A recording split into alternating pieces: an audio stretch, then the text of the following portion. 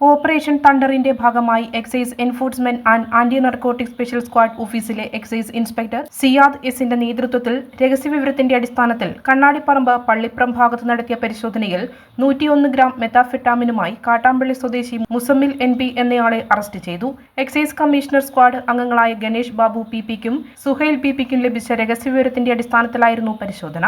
പ്രതി വിൽപ്പന നടത്തുന്നുണ്ടെന്ന വിവരത്തിന്റെ അടിസ്ഥാനത്തിൽ ഇയാൾ എക്സൈസിന്റെ നിരീക്ഷണത്തിലായിരുന്നു. കണ്ണാടിപ്പറമ്പ്, കാട്ടാമ്പള്ളി, കമ്പിൽ ഭാഗങ്ങളിൽ മയക്കുമരുന്ന് വിൽപ്പന നടത്തുന്ന കണ്ണികളിൽ പ്രധാനിയാണ് പിടിയിലായ പ്രതി. പ്രതിക്കെതിരെ സമാന രീതിയിലുള്ള നിരവധി കേസുകൾ നിലവിലുണ്ട്.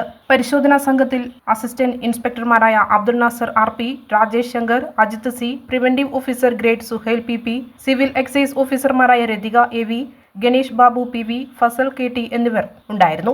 പ്രതിയെ കണ്ണൂർ JFCM കോടതിയിൽ ഹാജരാക്കും. തുടർ നടപടികൾ വടകര NDPS കോടതിയിൽ നടക്കും.